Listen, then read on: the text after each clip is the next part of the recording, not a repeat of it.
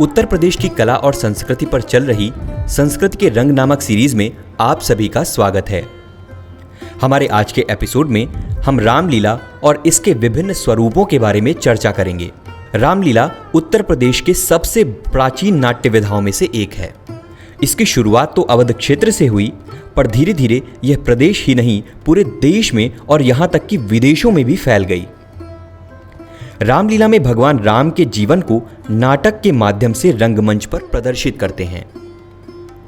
दशहरे के 10 से 12 दिन पहले शुरू होने वाली यह रामलीला दशहरे तक चलती है और फिर विजयदशमी के दिन रावण का वध करने के पश्चात समाप्त होती है।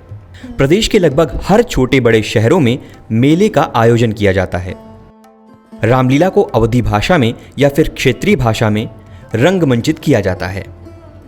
2008 में यूनेस्को ने रामलीला को मानवता के अमूर्त सांस्कृतिक विरासत यानी इंटैंजिबल कल्चरल हेरिटेज में जगह दी थी। रामलीला का प्रदर्शन साउथ ईस्ट देशों जैसे इंडोनेशिया, कंबोडिया, थाईलैंड और म्यांमार जैसे देशों में भी किया जाता है। इन रामलीलाओं को इन साउथ ईस्ट देशों में अलग अलग नामों से जाना जाता है। जैसे इंडोनेशिया में काकाविन रामायण नाम से रामलीला को परफॉर्म किया जाता है। यह काकाविन रामायण प्राचीन जावा रामायण के अनुसार बनाई गई है, जिसे इंडोनेशिया के लोकल कल्चर के हिसाब से ढाला गया है, लेकिन इसकी थीम वहीं की वहीं है। इसी तरह से थाईलैंड में रामलीला को रामाकियन रामायण के नाम से जाना जाता है। रामाकियन को थाईलैंड में राष्ट्रीय महाकाव्य यानी नेशनल एपिक का दर्जा मिला है।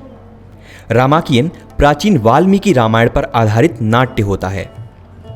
कंबोडिया में भगवान राम को फ्रेया रियाम तथा माता सीता को नियांग सेदा के नाम से जाना जाता है। इसी तरह से म्यांमार, लाओस आदि देशों में भी रामायण के अपने अपने वर्जन्स को रामलीला के माध्यम से प्रस्तुत किया गया है, पर इनमें सबसे ज्यादा प्रसिद्ध मुखौटा रामलीला और छाया रामलीला है। दक्षिण पूर्वी देशों में रामलीला 10वीं से 12वीं शताब्दी में भारतीय राजाओं के साथ पहुंची।